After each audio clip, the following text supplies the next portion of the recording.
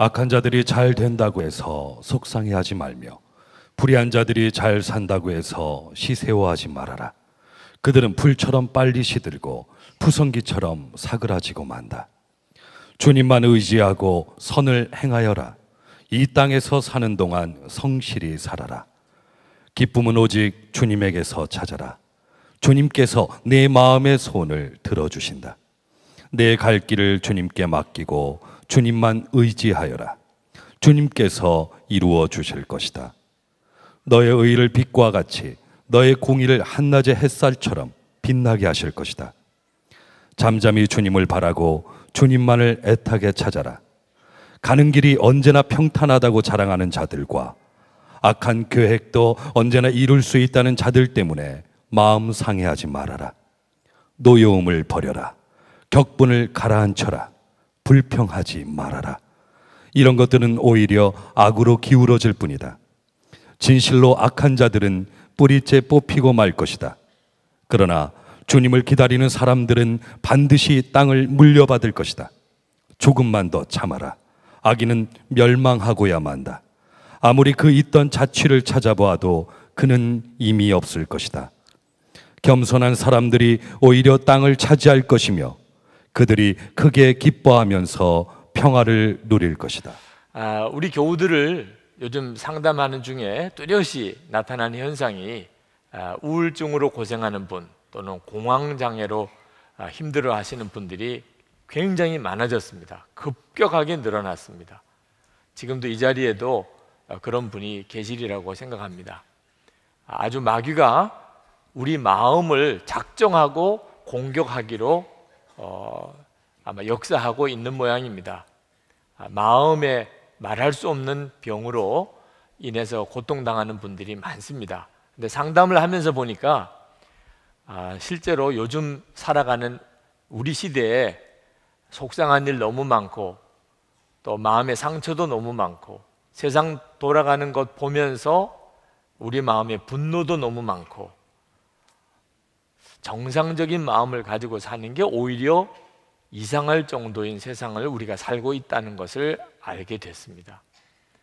여러분 아마 마음 상하는 일이 많았을 겁니다. 지난 한 주간 동안 살면서 듣고 보는 것들이 우리 속을 뒤집어 놓고 정말 화나게 만들고 때때로 절망하게 하는 일이 너무너무 많잖아요. 지금 우리 사회의 심각한 문제 중에 하나가 술을 권하는 문화입니다. 그렇게 술을 좋아하네요. 근데 좋아하는 사람은 자기만 마시면 될 걸 다른 사람에게 꼭 먹여야 직성에 풀리는, 이건 어떻게 이해해야 될지 모르겠습니다. 사실 술로 인해서 빚어지는 심각한 문제가 사회학자들이 지금 심각하게 그 이야기를 하고 있습니다. 우리나라의 심각한 범죄의 배경에는 술이 있습니다. 범죄가 아주 흉악해지는 그 이면에는 반드시 술이 있습니다. 뭐 흉악한 범죄만 그런 거 아니고 이 여수 엑스포에서 되어지는 일 기사를 제가 보면서 기가 막히다고 하는 생각이 듭니다. 술 취한 이 관객들이 여성 도우미들을 폭행하고 폭언하고 뺨을 때리고 머리채를 잡아당기고 심지어 질서를 유지하는 그 철제 봉을 가지고서 여성 도우미를 때려서 팔을 상하게 하고, 그리고 이 플라스틱 그 티켓을 가지고 여성 도우미 눈을 찔러서 아주 큰 중상을 입히는 일들, 다 술 때문에 그렇게 되는 것을 봅니다. 그 아쿠아리움에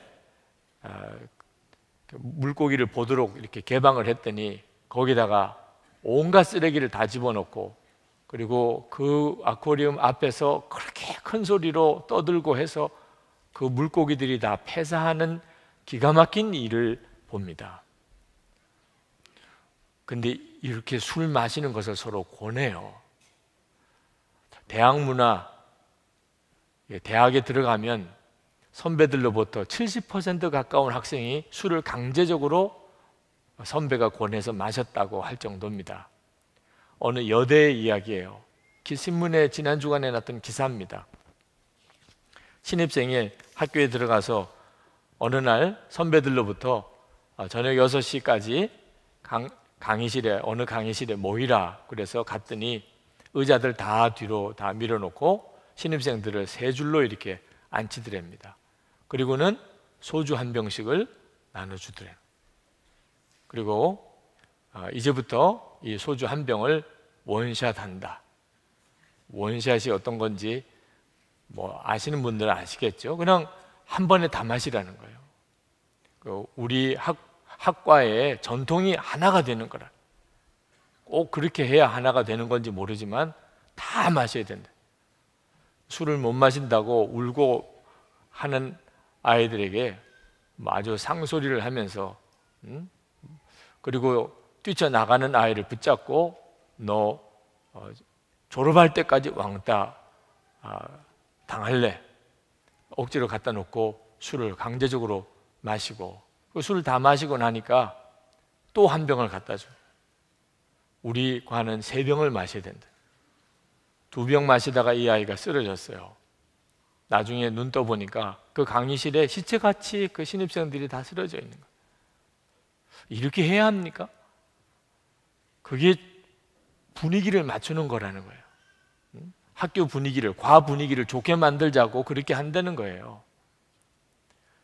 대구에 있는 어느 학부형이 기가 막힌 이야기를 해요. 서울에 있는 참 명문 대학에 들어갔다고 그렇게 사람들로부터 축하를 받았는데 이 아들이 병가 휴학계를 내고 위장병으로 집에 내려온 겁니다. 얼굴이 새카매져서 왔대요. 술을 먹고 속을 다 버려서. 다음 학기에 서울을 다시 올려 보낼 생각하면 걱정이 돼서 죽겠다는. 대학 3학년 된 딸 둔 학부형은 밤 11시 반이 넘어가면 가슴이 답답해진대요. 12시까지 들어오기로 약속을 했는데 딸은 엄마 혼자 한 약속이라 새벽 2시, 3시에 술이 잔뜩 취해서 딸이 비틀거리며 들어오면서 엄마에게 막고함을 치는 이런 상황을 그걸 어떻게 받아들여 줘야 될지 모르겠다. 세상에서 들려오는 소식들 들으면 정말 속이 뒤집어지는 일들이 많습니다. 정치에 대한 뉴스를 들을 때마다 세상이 어떻게 되려고 하는 건가 하는 생각이 들 때도 있고, 경제적인 소식이 암울하게 들려오기도 하고, 뿐만 아니고 악하게 사는 사람이 더 잘 되네. 남 속이고 수단 방법 가리지 않는 사람들이 더 잘 되어 나가는 일을 볼 때는 그 일을 직접 당한 사람은 밤에 잠을 자지 못합니다. 그 분노가 말할 수가 없습니다. 그러다가 절망하게 되고, 그러다가 자기도 그렇게 가게 되는 거죠. 시편 37편 1절 말씀에 보면 악한 자들이 잘 된다고 해서 속상해하지 말며 불의한 자들이 잘 산다고 해서 시세워하지 말아라. 근데 이 말씀을 읽으면 더 화가 나는 사람도 있다니까. 화도 내지 마. 화도 내지 마. 악하게 잘 되는 사람 보고 속상해도 하지 마. 그럼 죽으라는 거지. 그죠? 그러나 오늘 이 말씀을 다윗이 왜 하고 있는지를 아셔야 합니다. 우리가 살고 있는 세상은 정말 우리 속을 뒤집어 놓는 세상입니다. 그러나 여러분, 마음을 잘 지켜야 한다는 사실을 명심해야 합니다. 다윗이 지금 이 말씀을 하는 것은 마귀가 우리 마음을 작정하고 우리 마음을 뒤집어 놓으려고 하고 있단 말이에요. 우리 마음에 상처를 주고 병들게 만들고 우리 마음에 분노를 심어주고 우리 마음에 불평을 심어주고 그리고 우리를 낙심하고 좌절하게 만들려고 하고 있다는 겁니다. 그걸 허락하지 말라는 거예요. 다시 한번 37장 1절을 보면 악한 자들이 잘 된다고 해서 속상해하지 말고 불의한 자들이 잘 산다고 해서 시세워하지 말아라. 7절에 보면 마음 상해하지 말아라. 8절에 노여움을 버려라. 격분을 가라앉혀라. 불평하지 말아라. 불평하고 분노하고 낙심하다가 우리 자신이 오히려 악에게 무너지게 된다는 거예요. 8절 하반절에 이런 것들은 오히려 악으로 기울어질 뿐이다. 여러분, 우리가 이 세상을 사는 동안에 별의별 악한 일들을 실제로 겪기도 하고 또 소문으로 듣기도 합니다. 그럴 때 여러분 안에서 그런 일로 인해서 속상하고 또는 분노하고 그것 때문에 여러분의 마음이 낙심하고 하게 되는 그 일은 여러분이 영적으로 이미 그 악한 것에 지고 있다는 뜻이에요. 여러분이 그 악한 것에 눌려 있다는 뜻입니다. 그리고 또 우리 안에 우리 스스로에게도 악한 본성이 있어요. 그래서 남의 잘못을 지적하면서도 우리 속으로 은근히 아이고 나도 그냥 그렇게 할까? 이런 생각이 우리 속에 있단 말입니다. 우리의 육신적인 본성이 악합니다. 다른 사람 나쁜 거 보면은 그 사람 나쁘다고 말하지만 자기도 역시 똑같은 유혹을 받고 있는 거예요. 저희 딸이 어릴 때 콩쥐 팥쥐 이야기 책을 사서 읽어주고 너 콩쥐가 되고 싶으니 팥쥐가 되고 싶으니 그 동화책을 읽어줬으면 그 다음에 이제 적용을 해야 되잖아요. 그랬더니 이 아이가 자기는 팥쥐가 되고 싶다는 거예요. 아니 이야기책을 잘못 읽었나 그래서 내용을 확인시켜 주니까 잘 이해하고 있어요. 콩쥐는 착하지만 고생스럽게 살고 팥쥐는 못됐지만 편안하게 살고 자기는 못돼도 좋으니까 편안하게 살고 싶다는 거예요. 여러분들은 예수 믿고 변화되어서 이제 고생해도 좋으니까 나는 착하게 살 거야. 확실하지요? 여러분 중에도 마음 흔들리는 사람 많을 거예요. 못되다는 소리 들어도 좋은데 나도 좀 돈 좀 많이 가지고 살고 싶고 뭔가 누리고 살고 싶고 떵떵거리고 살고 싶다는 유혹을 이기지 못하는 분들이 이 자리에도 있습니다. 그러면서도 남 악하게 사는 거 보면 또 화가 나는 거예요. 이것이 우리들이 가지고 있는 심각한 문제입니다. 그래서 다윗이 이렇게 권하는 거예요. 우리가 악한 세상에서 살지만 속상해하고 그것 때문에 불평하고 그것 때문에 원망하고 그것 때문에 분노하고 하는 것은 아직도 이긴 게 아니라는 겁니다. 우리가 온전히 승리한 게 아니에요. 다윗은 악한 자가 반드시 망한다고 말합니다. 2절에 보면 그들은 풀처럼 빨리 시들고 푸성기처럼 사그러지고 만다. 12절부터 40절까지 오늘 다 읽진 않았지만 그 내용은 다 이 내용의 반복입니다. 악한 자들 잘 되는 거 아니다. 끝까지 가보면 반드시 다 망한다 말이에요. 하나님은 분명히 살아계시다. 악한 자가 잘 되는 걸 보실 때 하나님은 비웃고 계시다. 왜? 그 결말을 아시니까. 그 말씀을 다윗이 하고 있습니다. 우리도 다 아는 내용입니다. 우리도 조금만 인생을 살아보고 세상을 겪어보면 악한 자가 마지막이 다 안 좋구나 하는 것을 우리도 다 겪어서 압니다.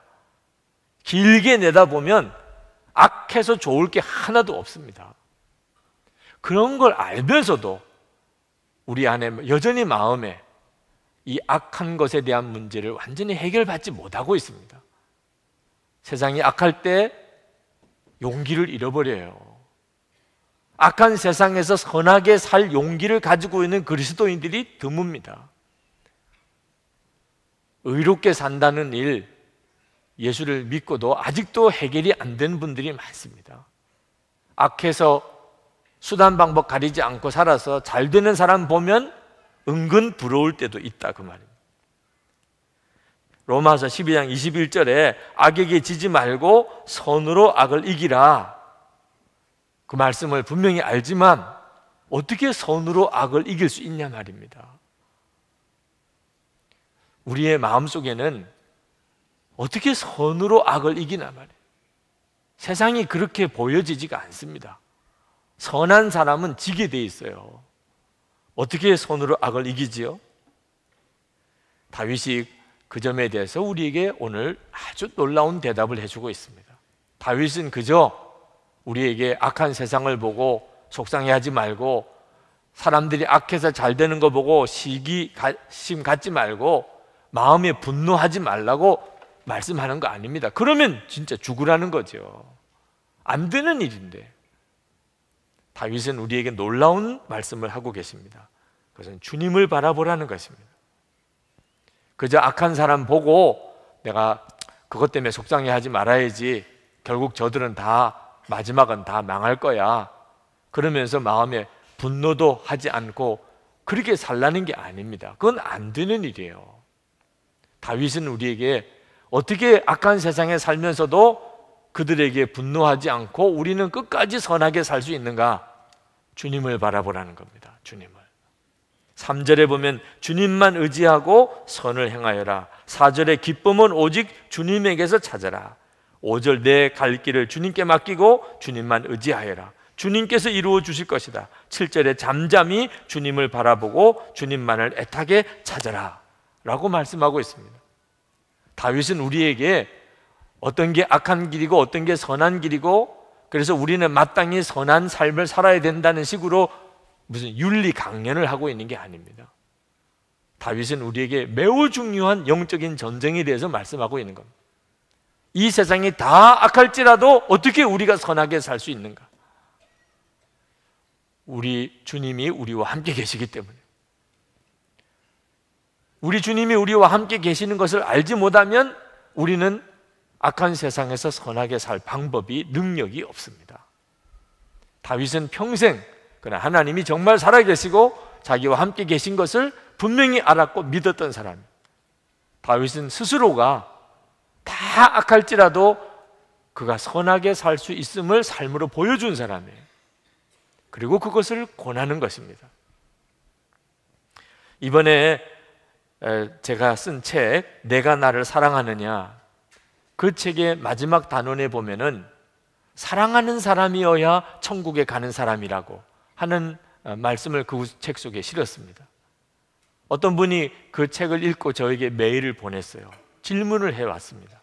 목사님의 글을 읽으면서 감동은 받았지만 그러나 구원은 믿음으로만 받는 거잖아요. 천국은 믿음으로만 가는 거잖아요. 사랑해야 하는 것입니까? 하는 안타까운 질문을 해왔습니다.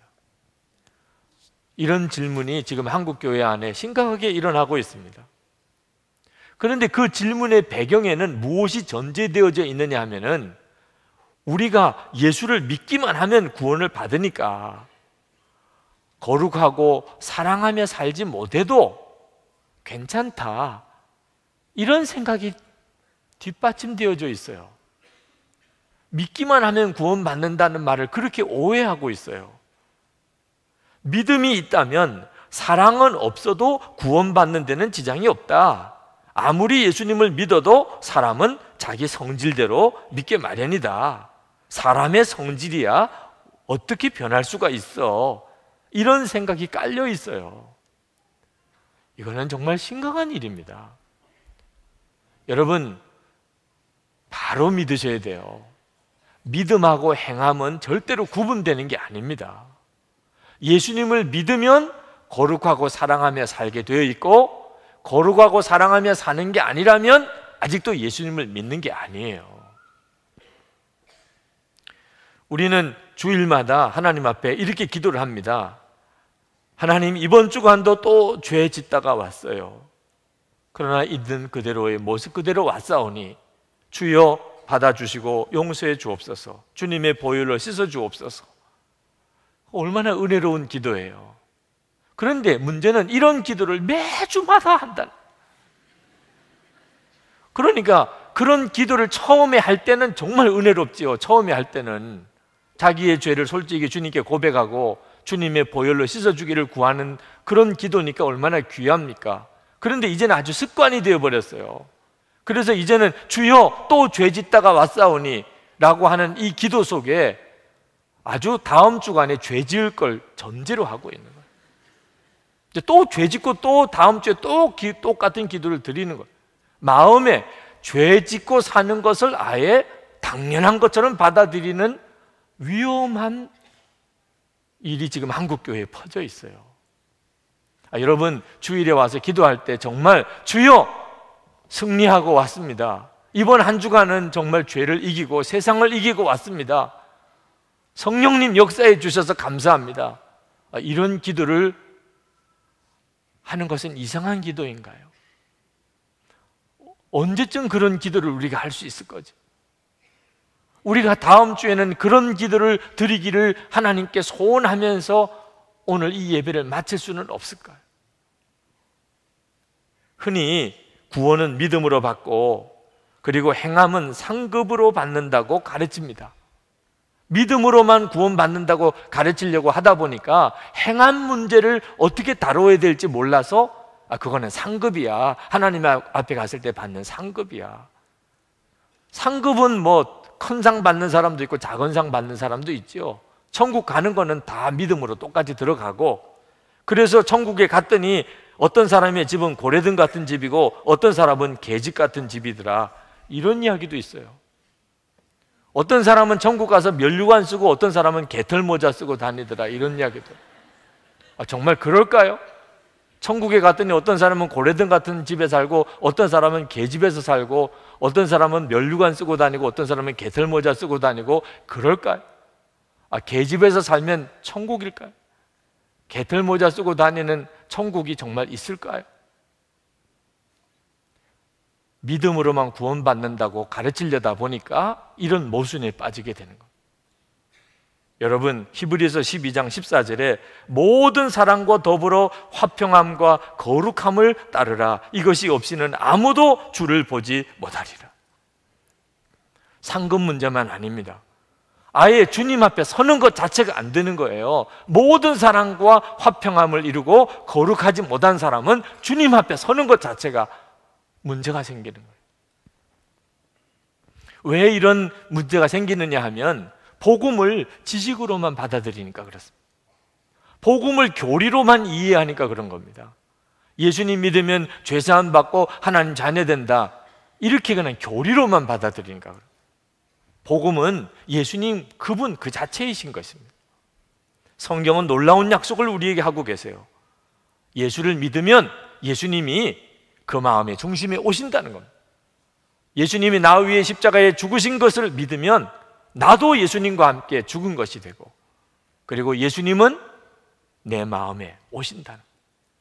마태복음 28장 20절에 내가 세상 끝날까지 너희와 항상 함께 있으리라. 요한복음 14장 18절에 내가 너희를 고아와 같이 버려두지 아니하고 너희에게로 오리라.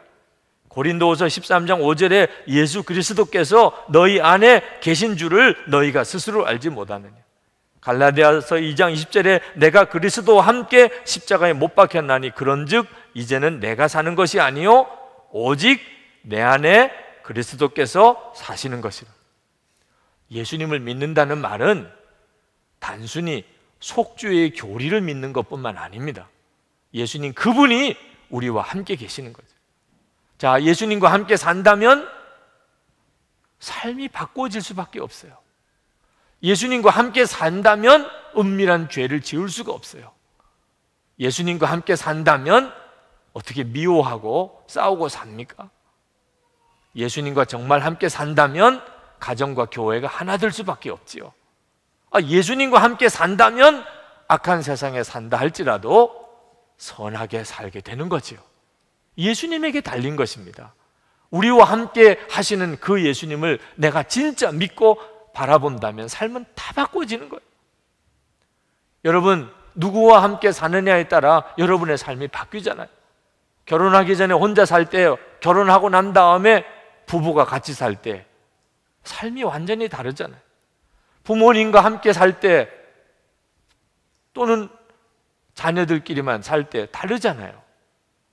결혼해서 아이가 생겨서 집에 아이가 생겼을 때 아이 없을 때하고 아이가 있을 때하고 다르잖아요. 며느리가 사위가 생겼을 때 가족 분위기가 다르잖아요. 예수님 나와 함께 내 마음에 계시다, 어떻게 삶이 안 바뀔 수가 있어요? 예수님을 믿기는 하는데 어떻게 행함이 없을 수가 있나 말입니다. 주님을 바라보고 사는 것이 핵심입니다.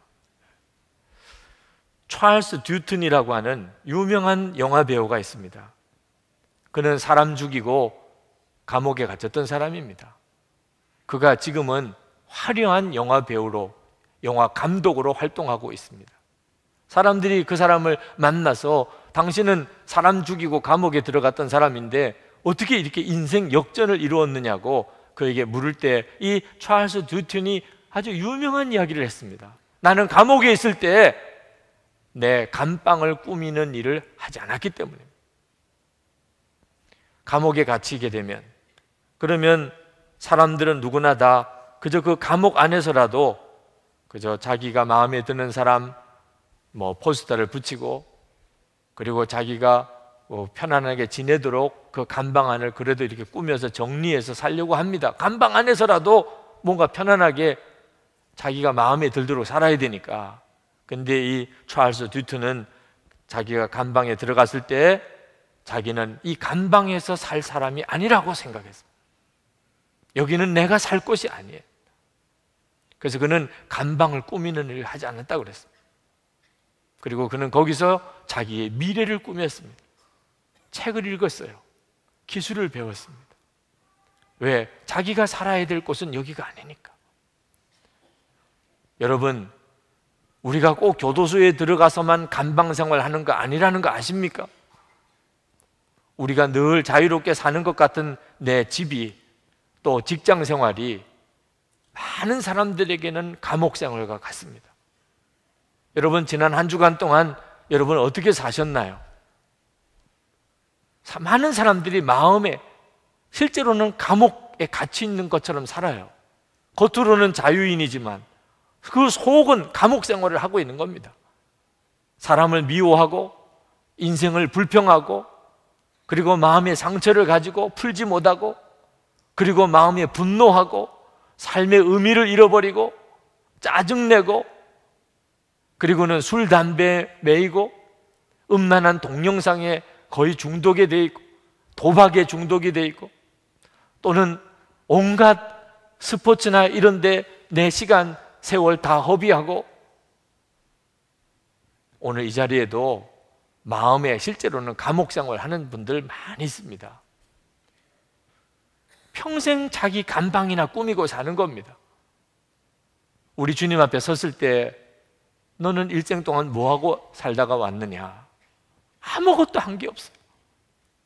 뭐하고 살다가 왔느냐? 주님 앞에 보고 드릴 게 없어요. 교도소에 갇힌 그 사람이 자기 감방이나 꾸미고 살았던 거, 그 수준을 벗어나지 못하고 살았어요. 여러분, 그러나 우리가 예수를 믿게 되면 이 마음의 감옥 생활에서 우리가 건짐을 받게 된다는 사실을 여러분 분명히 기억하셔야 됩니다. 우리가 예수님을 내 마음에 영접하는 순간에 우리는 더 이상 마음의 감옥 생활을 하지 않습니다. 내 마음을 나도 모르게 꽁꽁 묶고 있는 것들이 다 풀어지게 됩니다. 미움, 원망, 불평, 염려, 분노, 그리고 내 생활을 알게 모르게 파멸로 끌고 가고 있는 온갖 정말 중독과 같이 나를 사로잡고 있는 은밀한 죄들 다 풀어지게 됩니다. 그래서 예수님이 우리 마음의 중심에 오신 겁니다. 예수님을 내 마음의 왕으로 모시는 순간에 우리는 완전히 새로운 인생을 살게 됩니다. 지난 주간에 미사나 믿음으로 사는 사람들 조별 모임에서 한 권사님이 아주 감동적인 간증을 하셨습니다. 그 권사님에게는 다 장성한 아들들이 있는데 신앙생활을 하는 것이 마음에 늘 차지를 않습니다. 정말 살아있는 믿음을 갖지 못한 것 같아요. 그래서 늘 안타까웠는데 그 원인이 아버지인 자기에게 있다는 것을 어느 날 깨닫고 기절초풍하는 줄 알았어요. 아들들의 마음에 아버지에 대한 마음의 벽이 있는 겁니다. 어릴 때 아들들 잘 되라고 야단도 치고 때때로 매를 들고 했던 일들 다 잘 되라고 한 거지만, 그때 이 아들들의 마음에 아버지에 대한 분노, 아버지가 매를 댈 때 그 마음의 상처, 그래서 아버지하고는 아주 마음에 담을 딱 쌓아버리고 사는 거예요. 아버지가 아무리 신앙생활 권면해도 들으려고 다 하지 않습니다. 비로소 이 권사님이 내가 아이들에게 회개할 것이 있구나 깨달았어요. 그래서 이번 5월 가정의 달 하나님에게 약속을 드렸습니다. 하나님, 제가 이 문제를 해결하겠습니다. 아이들에게 제가 회개하겠습니다. 그러나 아버지가 다 큰 아들에게 잘못했다고 회개하는 일이 쉬운 일은 아니더래요. 하루하루 뒤로 미루다 보니까 5월 마지막 날이 된 겁니다. 하나님께 분명히 5월 달에 이 문제를 내가 해결하겠다고 했는데 오늘 지나면 하나님께 드린 약속도 어겨지는 거고, 그날 저녁에 저녁을 먹고 난 다음에 아들 눈치를 보면서 어떻게 분위기를 맞춰서 내가 아들에게 고백을 할까? 아들은 야구 경기를 보고 있더래요. 그 야구 경기 보는 것을 중단하고 고백하기가 쉽지 않지만 지금이 아니면 이제는 시간도 없습니다. 그래서 아들에게 야구 중계 보는 것을 좀 TV를 끌 수 없느냐고 그랬대요. 제가 그 이야기를 듣는 순간에 이게 이렇게 되면 안 되는데, 야구 경기 보다가 그거 보지 말라고 하면 폭발하는 거거든요. 이거 분위기가 안 좋은데 이거 권사님 어떻게 됐을까 너무너무 걱정이 되더라고요. 근데 다행스럽게 그 아들이 끄더래요. 물론 마음이야 편치 않았겠죠. 아버지가 또 무슨 이야기 하느라고 내가 좋아하는 야구도 못 보게 하나 그랬겠죠. TV를 끄고 있는데 이 권사님이 그 아들 앞에 가서 무릎을 꿇었어요. 아버지가 그 다 장성한 아들 앞에 무릎을 꿇고 아버지를 용서해달라. 내가 너를 매를 떼고 내 마음에 상처 주었던 일이 많았다. 그때는 내 믿음이 그 정도밖에 안 됐어. 다 너희들 잘 되라고 한 거고 아버지로서 당연히 그래야 된다고만 생각했는데 알고 보니까 너희들의 마음을 내가 이해 못했고 만져주지도 못했고 아버지로서 부족한 게 너무 많았다. 그로 인해서 너가 마음이 상하고 속상한 게 또 아버지를 용서하고 풀어주면 좋겠다. 그러고는 울면서 아들 앞에서 무릎 꿇고 회개를 했다. 아들은 너무너무 당황해 하더래. 아버지 왜 이렇게 하시냐고. 그러나 결국은 그 아들과 아버지 함께 손을 잡고 울면서 같이 기도하는 시간을 가졌다는, 그 고백을 하는데 그 조별 모임에 참석했던 사람이 다 아멘하고 박수를 쳤어요. 우리들의 일인 것처럼 기뻤어요. 예수님만 바라보고 정말 함께 계시는 주님을 바라보고 영성의 글을 쓰면서 주님을 묵상하는 중에 주님은 우리 속에 있는 모든 묶인 것들을 다 풀어내시는 거예요. 모든 깨어진 관계들 다 푸시는 거예요. 예수님이 그렇게 해주시는 거예요. 다윗이 그래서 주님을 바라보라는 겁니다. 악한 세상에 살고 마음이 상하는 일이 많지만 세상만 자꾸 바라보고 묵상하다가 보면 우리도 그렇게 돼버리고 만. 그러니 주님을 바라보라. 구원은 주님께로부터 오는 것이라. 악한 세상에서 우리가 세상에 묶이지 아니하고 살 수 있는 힘이 주님께로부터 온다는 겁니다. 그래서 우리 교우들에게 24시간 주님을 바라보시도록 영성일기를 쓰면서 주님 바라보시는 도전을 해드리는 것입니다. 여러분, 우리가 예수님을 진짜 믿게 되면 세상은 아무리 악해도 선하게 살 수 있습니다. 그러나 세상에서 선하게 사는 정도가 아닙니다. 이 악한 세상 가운데 선하게 사는 삶을 통하여 세상을 변화시켜내게 됩니다. 내 삶이 사명이 있구나 하는 걸 깨닫게 됩니다. 다들 악하게밖에 살 수 없다고 생각합니다. 어쩔 수 없이 악할 수밖에 없다고들 말합니다. 그렇지 않은 사람은 다 속이 상해 있습니다. 그때 하나님은 우리들을 통하여 얼마든지 선하게 살 수 있음을 보이신단 말이에요. 얼마든지 의롭게 살 수 있고 사랑하고 살 수 있음을 보이신단 말입니다. 우리가 주님을 바라보면 그렇게 하시는 것입니다. 사무엘 S. 스컬이라고 하는 사람이 미국의 애리조나의 사막지대에 있는 농장에서 아내와 아이들과 같이 살고 있었습니다. 그런데 어느 날 토네이도가 밤에 그 농장을 덮쳤습니다. 밤새도록 엄청난 소용돌이가 들이닥치는 것을 들으면서 이 사무엘은 이제는 나는 끝났다, 우리는 다 망했다, 그렇게 생각했습니다. 집에 있는 지붕도 절반에 다 날아갔습니다. 토네이도가 지나가고 이제는 새벽이 됐어요. 온몸이 만신창이가 됐지만 도대체 어느 정도 피해를 입었는지는 알아보려고 집을 나와서 보니까 기가 막힌 겁니다. 남아있는 건 아무것도 없어요. 닭장 다 날아가 버려. 통째로 트랙터 헝겊처럼 구겨져서 땅에 처박혀 있습니다. 이제 이걸 어떻게 해야 되나? 기르던 닭들은 도처에서 다 죽어서 널브러져 있습니다. 앞으로 어떻게 살아야 되나? 이 농장을 어떻게 복구할 수 있을까? 마음이 절망 가운데 있는데 그 무너져 내린 잔해 속에 뭐가가 움직이는 게 보였어요. 저게 뭐지? 보니까 수탉 한 마리가 그 잔해 더미에서 비집고 나오는 겁니다. 밤새도록 비를 맞아서 다 쫄딱 젖었어요. 털이 또 뽑혀나가서 군데군데 생살이 드러나 있는 몰골이 말이 아닌 수탉입니다. 근데 그 수탉이 그 잔해 더미에서 비틀비틀 기어 나오더니 그 잔해 더미의 제일 위에 있는 나무 판자 위에 올라가 섰어요. 그때 동쪽의 지평선에서 태양이 막 떠오르고 있었습니다.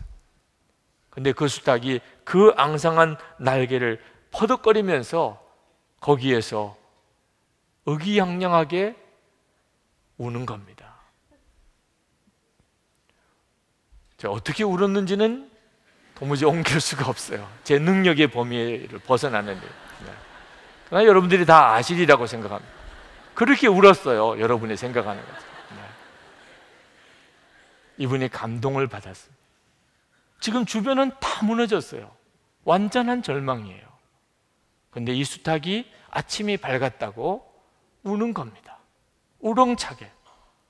그것은 하나님께서 그 수탉 속에, 그 유전자 속에 아침이 되면 그러면 큰 소리로 울려서 아침을 깨우도록 하나님이 본성을 심어 주었기 때문에 그 수탉은 자기에게 있는 그 본성에 충실하게 거기서 아침을 깨우는 울음을 우렁차게 울은 겁니다. 여러분, 우리는 육신의 본성을 가지고 있지만 우리는 예수 그리스도를 영접하고 난 다음에 사람이 완전히 달라졌습니다. 예수님은 우리 안에 오셨습니다. 지금 우리 안에 계십니다. 그러므로 예수 믿는 성도들에게는 놀라운 영적인 본성이 있습니다. 그것은 선하게 사는 것입니다. 세상이 다 악해도, 다 악에 무너진 것 같아도 우리는 예수님 때문에 우리는 선하게 삽니다. 의롭게 삽니다. 우리가 예수님을 바라보면 반드시 그렇게 됩니다. 우리가 예수님을 바라보고 살면, 정말 24시간 주님을 묵상하면 주님은 우리를 통해서 세상을 깨우십니다. 다 악하게만 사는 거 아니에요. 다 죄짓고 사는 것도 아닙니다. 의롭게 사는 사람이 있습니다. 선하게 사는 사람이 있습니다. 하나님을 진짜 믿는 사람이 있습니다. 그게 저와 여러분들이에요. 지난 주간에도 말씀을 드렸지만 하나님께 기도하고 있습니다. 하나님, 진짜 증인이 필요합니다. 나는 죽고 예수로 사는 그 증인이 필요합니다. 많은 사람들이 지금도 믿으면 구원받느냐, 행함이 필요하냐, 이런 쓸데없는 논쟁을 하고 있습니다. 예수님을 믿으면 당연히 행함이 따라오는 그 증인이 필요합니다. 기도하고 있어요. 지난 주간에 설교를 듣고 제게 메일을 보내준 사람이 있습니다. 목사님, 제가 그런 사람입니다. 목사님, 제 마음을 지금 이해할 수가 없습니다. 하나님 기뻐하는 뜻대로 성령의 인도대로 살고자 하는 이 엄청난 내 마음의 열망을 목사님 저는 가지고 있습니다. 그래서 페이스북을 시작을 했습니다. 하나님이 함께 계시는 사람, 정말 주님을 바라보는 사람, 그래서 삶이 변화된 사람을 많은 사람들에게 알리는 도구가 될 수 있다면 한번 해보자. 혹시 여러분 중에도 제가 그렇습니다. 내가 예수님을 계속 믿고 바라보는 중에 주님은 내 삶을 다 바꾸셨습니다. 내 주변 상황은 다 암울하고 악하지만 주님은 나를 계속해서 선하게 살도록 이끌어가고 계십니다. 그런 증언이 있으면 저에게 주세요. 오늘 이 시간에 우리 같이 기도하기를 원합니다. 오늘 이 예배에 참여한 여러분들의 마음의 심령에 오늘 주님께서 말씀과 함께 성령으로 역사하셔서 주님을 바라보는 눈을 열어주시기를 원합니다. 세상이 너무나 악하고, 그리고 여러분도 그것 때문에 고통을 많이 당하겠지만, 그러나 그것 때문에 원망하고 불평하고 미워하고 분노하지 아니하고 오히려 여러분의 마음에 넘치는 기쁨, 감사, 사랑으로 오히려 세상을 변화시키는 하나님의 계획을 믿으시기 바랍니다. 기도하십시다. 은혜와 사랑에 충만하신 아버지 하나님, 놀라우신 하나님의 은혜를 감사합니다. 오늘도 사랑하는 성도들을 하나님의 능하신 손에 붙들어 주시기를 원합니다. 하나님, 역사해 주소서. 하나님, 사랑하는 성도들을 축복해 주소서. 오늘 주께서 말씀과 함께 성령의 역사를 성도들의 심령 가운데 심어 주옵소서. 우리 안에는 예수님으로 인하여 사는 놀라운 축복을 가지고 있습니다. 주여, 우리를 주여 역사해 주시고 우리의 마음을 다스려 주시고 우리가 감옥에서 살지 아니하고 하나님의 영광을 드러내며 생수의 강을 흘려보내며 살게 하여 주옵소서. 오늘도 하나님, 상처 가지고 답답해서 절망 중에 분노가 가득하여 이 자리에 있는 이들이 구원을 받고 가게 해주시기를 원합니다. 주님을 바라보고 하나님 문제에 답을 얻고 가게 해주시기를 바랍니다. 하나님, 세상이 아무리 암울해도 낭망하지 않는 믿음을 주시고 희망을 노래할 수 있게 해주시고 선하게 사는 것을 증거하며 살게 하여 주시기를 원합니다. 세상만 묵상하지 아니하고 주 예수님을 바라봅니다. 절망 가운데서 오히려 사명을 발견하는 성도들이 다 되게 해주시기를 원합니다. 살려주시고 건져주소서. 하나님의 역사를 온전히 이루어주소서. 주님 감사합니다. 찬양합니다. 아버지 하나님, 은혜와 사랑이 많으신 아버지 하나님, 이 시간에 성령으로 역사해 주셔서 오늘 이 예배에 참여한 모든 성도들 그 심령 속에 말씀과 함께 역사해 주소서. 주 예수님을 바라보는 눈을 분명히 열어주소서. 세상만 바라보다가 우리도 알지 못하는 사이에 오히려 우리 마음도 악해졌고 굳어졌고 황폐해지고 불평, 원망, 미움, 분노가 가득 찬 상태에 말할 수 없이 우리의 마음에 병이 들어있는 상태에 있는 저희들을 긍휼히 여겨주소서. 예수님, 주님을 바라보는 눈을 뜨게 하심으로 우리를 이 마음의 감옥에서 온전히 건져내어 주시옵소서. 우리도 살고 우리의 가족들도 우리의 직장 동료들도 우리가 세상에서 만나는 모든 사람들도 살려내게 해 주옵소서.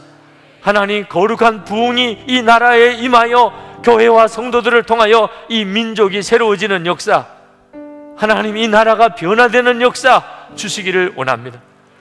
하나님, 민족이 하나 되는 은혜도 주소서. 저 북한에는 동포 구원해내는 역사도 허락해 주소서. 하나님, 불이 붙은 하나님 성도들이 세계 열방에 선교사로 나가게 해주시고 하나님, 그곳에서 하나님의 역사를 이루게 하여 주시기를 원합니다. 오늘도 하나님 앞에 전심으로 예배하고 마음을 다하여 정성스럽게 헌금을 주님께 봉헌해 드리는 성도들에게 은혜를 주소서. 그의 마음에 병든 것을 고쳐주소서. 마음 상한 것을 치료해 주소서. 육신의 질병도 이 시간에 깨끗하게 치유해 주시옵소서. 주의 손을 대어 그 병에서 노임을 받게 하소서. 가정에 깨어진 것을 다시 회복시키시고 부부와 부모와 자녀와 회복이 일어나게 하시고 다 구원받는 자리로 돌아오게 하시고 우리의 자녀들이 저희들보다 더 하나님 앞에 크게 쓰임을 받게 해 주옵시고 성도들의 기업에 축복하셔서 축복의 통로가 다 되게 하소서. 나누어 주고 베풀어 주며 살게 하여 주시옵소서.